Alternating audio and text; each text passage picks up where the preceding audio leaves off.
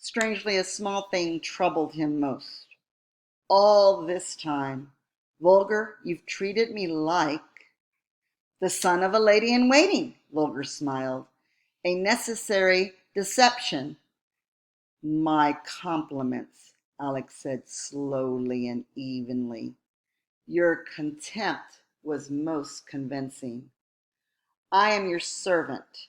Vulgar took one of Alex's hands in both of his and bowed. And you have proved yourself worthy of your father's name. Alec pulled away. So what do we do with this piece of paper? How do we let people know? We don't, Vulgar said. We keep your father's promise and say nothing until the emperor dies. He's an old man, Alec. But while we hide, this war goes on. I'm afraid so. Alec turned away. The freezing wind still blew against his face, but he could hardly feel it. He'd spent his whole life wishing for an empire, but he'd never realized the price would be so high. Not just his parents, but the war itself.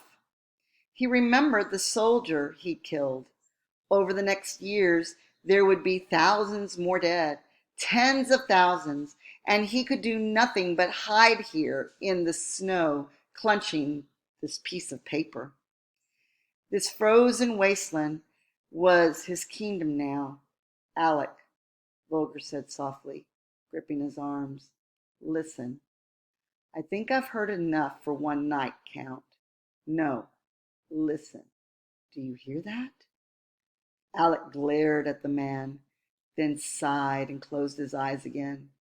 There was a sound of Bauer chopping wood, the moan of the wind, the ticking of the stormwalker's metal parts still cooling, and somewhere out on the edge of his awareness, the rumbling of engines.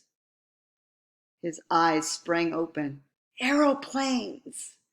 Vulgar shook his head. Not at this altitude.